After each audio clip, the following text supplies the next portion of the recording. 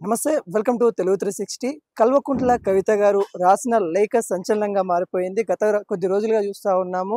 కేసీఆర్కి రాసిన లేఖ విడుదలైన తర్వాత తెలంగాణ రాజకీయాల్లో ఒకేసారిగా సంచలనంగా మారిందని కూడా చెప్పుకోవచ్చు. అదేవిధంగా ఈరోజు కల్వకుంట్ల కవిత గారు వాళ్ళ ఇంటి ఆవరణంలో మరి జాగృతికి సంబంధించి సింగరేణి జాగృతికి సంబంధించిన వాళ్ళతోనైతే ఇలా సమావేశం అయ్యారు.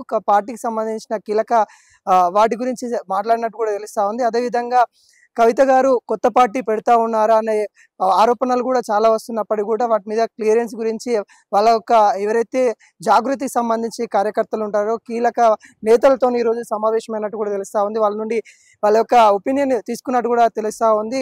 కవిత గారు మరి పార్టీ పెట్టబోతా ఉన్నారా, దాని గురించి అయితే మరి వాళ్ళ నుండి పార్టీ పెడితే ఏ విధంగా ఉండబోతుందనే వాటి గురించి కూడా చర్చించినట్టు కూడా తెలుస్తూ ఉంది. మనకి కేసీఆర్ గారు కూడా ఫోన్లో కవిత గారితో మాట్లాడినట్టు కూడా కొంత తెలుస్తూ ఉన్న పరిణామాలు అయితే కనబడతా ఉన్నాయి. రాయబారిగా ఒక ఎంపీను అదేవిధంగా ఒక న్యాయవాదిని కూడా కవిత దగ్గరికి కేసీఆర్ పంపించాడన్న వాదనలు కూడా బలంగా వినిపిస్తూ ఉన్నాయి. కేసీఆర్ మరి తొందర పడద్దు అని కూడా కవితకి సూచించినట్టు కూడా తెలుస్తూ ఉంది. మరి ఈ పరమైన అంశాలు అయితే మరి కవితకి చెప్పినా కూడా కవిత గారు నిన్న ఈ సమావేశం అయిన తర్వాత కూడా అంటే న్యాయవాది అదేవిధంగా ఒక ఎంపీ బీఆర్ఎస్ సంబంధించిన ఒక ఎంపీ కూడా వచ్చినట్టు కూడా తెలుస్తూ ఉంది. కవిత గారితో రాయబారం పంపించినా కానీ కేసీఆర్ రాయబారం ఎక్కడ కూడా పని చేయట్లేదనే కూడా అట్టుగా బలంగా వినిపిస్తూ ఉంది. ఎందుకంటే ఈరోజు సమావేశమే నిదర్శనంగా కనిపిస్తూ ఉంది. ఒకవైపు కల్వకుంట్ల ఫ్యామిలీకి అటు కేసీఆర్ కావచ్చు కేటీఆర్ కావచ్చు ఒకవైపు కాళేశ్వరం మీద కేసీఆర్కి నోటీసులు వచ్చినాయి. మరి అదేవిధంగా కేటీఆర్కి కూడా ఈ కారేస్లో నోటీసులు వచ్చిన తరుణం కూడా కనబడతా ఉంది.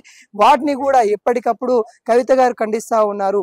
ఏదైతే బీఆర్ఎస్ మీద ఒక్క మాట కూడా అనకుండా తనకి ఇప్పటికప్పటికి యాక్టివ్గా ఉన్న తరుణం అయితే మనకైతే కనబడతా ఉంది. ఈరోజు సమావేశం అయితే అయిన తర్వాత కూడా మళ్ళీ బీఆర్ఎస్ లో సిచ్చు ఇంకా ఎక్కువనే ఉన్నట్టు కూడా మనకైతే కనబడతా ఉంది. ఏదైతే కల్వకుంట్ల ఫ్యామిలీ ఉందో ఆ ఫ్యామిలీలో ఇంకా మంటలు రగులుతా ఉన్నాయి. వాటికి ఇంకా నిదర్శనంగా ఈ సమావేశం ఉన్నట్టుగా కనబడతా ఉంది. సింగరేణి ఏరియా సంబంధించిన వాళ్ళ జాగృతి వాళ్ళతోనైతే ఈరోజు సమావేశమైన వేళ చాలా ప్రశ్నలకైతే తలెత్తుతా ఉంది. మరి కల్వకుంట్ల కవిత గారు ఎందుకు కేసీఆర్ చెప్పినా వినట్లేదు, అటు కేటీఆర్ చెప్పినా వినట్లేదు, తన దారి తను చూసుకుంటుందా అనే కోణంలో ప్రశ్నలు అయితే వస్తా ఉన్న తనమైతే కనబడతా ఉంది. ఈరోజు కల్వకుంట్ల కవిత గారు ఈ సమావేశానికి గల కారణాలు ఇంకా పూర్తి స్థాయి వెలువరించలేదు. మరి దేనికోసము ఇంకా వాళ్ళ జాగృతికి సంబంధించిన నేతలు ఏం చెప్తా ఉన్నారనే వాటి గురించి కూడా ఇంకా బయటికి రావాల్సి ఉన్న తరుణం అయితే కనబడతా ఉంది. ఇప్పటికైతే భారీ ఎత్తున మనం చూస్తా ఉన్నాం. కల్వకుంట్ల కవిత ఇంటి ముందు కూడా భారీ ఎత్తున మరి కార్లు కూడా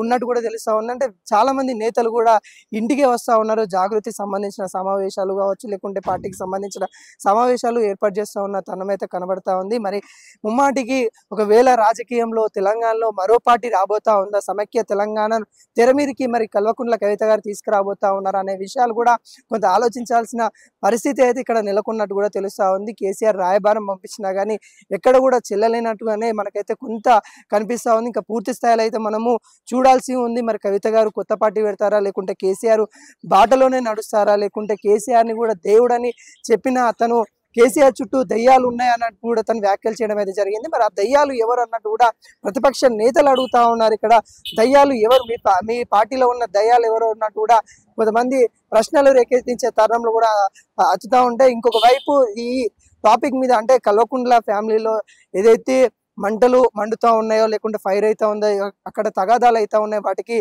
ఎవరు కూడా సమాధానం చెప్పకపోవడం అనేది అయితే మనకైతే కనబడతా ఉంది. ఇంకా పూర్తి సమాచారం అయితే రావాలి. ఈ రోజైతే కల్వకుంట్ల కవిత గారు అయితే తగ్గేదేలే అన్నట్టు తను ముందుకైతే వెళ్తా ఉన్న రాజకీయాల్లో చురుగ్గా వెళ్తా ఉన్న తనమైతే మనకైతే కనబడతా ఉంది. ముందు పరిణామాలు ఎటువంటి చోటు చేసుకోబోతున్నాయో అయితే ముందు చూస్తూ ఉండిపోవాలి.